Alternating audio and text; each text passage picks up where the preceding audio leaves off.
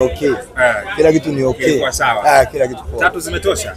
3 zimetosha. Mimi kikubwa, mimi sasa hivi niliwaambia watu. Yaani mimi kwangu mimi clean sheet ni muhimu sana kwa Yanga.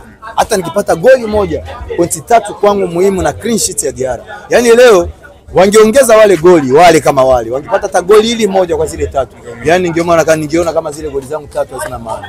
Lakini hata ningefunga goli moja na Diarra apate clean sheet yake, hapo nilikuwa roho yangu imeridhika. Sasa leo roho yangu imeridhika vizuri sana. Ndani kabisa. Roho baridi.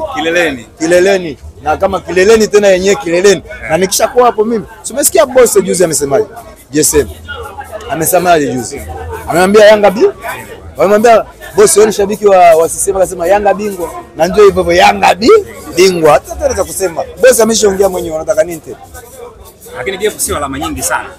Gepu sio alama nyingi sana. Sasa mimi kuna kauli moja watu wanaongea, wanasema kama hatuchezi. Akisha mkisema kama gepu sio kubwa, mimi nataka wale sasa. Wale wenye wanasema kama sisi hatuchezi wale. Sisi hatuwezi kuogopa wale. Kitu kile mnajidanganya, Yanga haiwezi kuogopa hata Simba hata siku hii hata Moko. Yaani tukiamka hata saa 10 tu ya asubuhi tu. Saa 10 hakuna mwanza piga mswaki. Yanga na Simba wakicheza, Simba wanafungwa. Hata sisi hatukutaka ile kuambia kama tucheze, tulikuwa tuwaoneshe kamati ya mpira discipline, ile masharti yenye wenyewe wameweka katiba hiyo. Mkishaweka katiba hiyo, maandishi mmeweka pale. Hiyo katiba mkishaweka nyinyi, lazima muitumikishe pia. Maana yao ni nini? Ndio tutafuta kuwaonesha, kwa sababu wenyewe ndio wameandika hiyo katiba.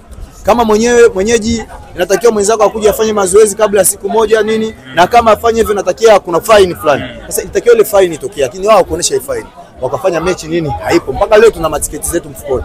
Unajua unanielewa? Mimi bado nayo tiketi. Yes, niko na VIP. Niko nayo mpaka leo. Sasa utaitumia lini sasa na kwa kuitumia sasa, sikilizeni. Ile kauli ya sisi hatuchezi ni masharti. Yaani ni ile tunataka TFF ione kama mashabiki, yani hata uko mshabiki wa Simba, hata uko mshabiki wa Yanga, usivumilie kitu kama hicho. Kwa sababu ni sisi kama hiyo walituonea kama sisi mashabiki hatuna heshima fulani. Lakini kwa namna nyingine sisi kama sisi Yanga, mimi nataka mechi muda yoyote. Yaani na agisi wameenda kule shirikisho. Wenyewe wakafanya ile upako wa Mwamposa huo. Sasa mimi nataka wale tukutane nao sasa. Si wanajiringa hao. Kwa sababu kwanza unakiangalia ukubwa wetu wa shirikisho na ukubwa wa Simba shirikisho tofauti. Yanga alikuwa anafanya kitoka shirikisho anafungwa 2.